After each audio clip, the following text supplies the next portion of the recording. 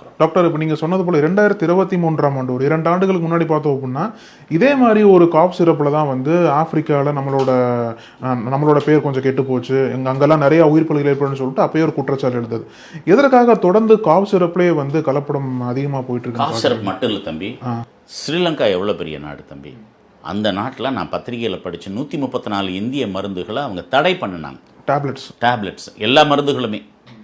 அவ்வளவுக்கு மோசமான ஒரு தயாரிப்பு இங்கே நடக்குங்கிறத நீங்கள் தெரிஞ்சுக்கணும்.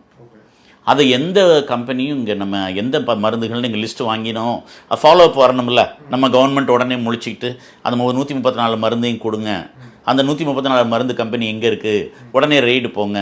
ஏன் இவங்க மருந்து இப்படி வெளிநாட்டில் நம்ம மருந்தை டிஸ்குவாலிஃபை பண்ணுற அளவுக்கு என்ன தரமற்று போய் இது இருக்குன்னு பார்க்கணுமா இல்லையா? அந்த மாதிரி நடந்த மாதிரி நான் செய்தி படிக்கலை. அது செய்தி, அது வெளிநாட்டு செய்தி, அப்படியே போயிடும். அது அப்படிலாம் வரக்கூடாதுல்ல.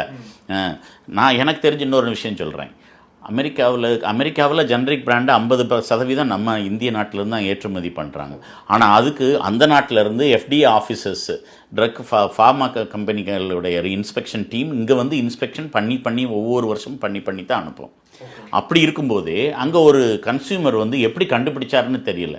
அட்டர்வாஸ்டாட்டின்னு ஒரு நம்ம கொழுப்பு சத்துக்காக போடுற மருந்து, நான் 10 மில்லிகிராம் மாத்திரை தான் வாங்கினேன், அதில் 20 மில்லிகிராம் அளவுக்கு மருந்து இருக்குது அப்படின்னு சொல்லி அவர் கோர்ட்டில் கேஸ் போடுறாரு. அங்கே அதை ஃபாலோ பண்ணி இங்கே வந்து இந்த மருந்தில் அவ்வளோ வருதுன்னு சொல்லி அந்த மருந்தை தடை பண்ணது மட்டும் இல்லாமல் அதோட அந்த கம்பெனியும் ஊற்றிக்கிச்சு. அதான் ரேன்பேக்ஸி கம்பெனி. புரியுதா உங்களுக்கு?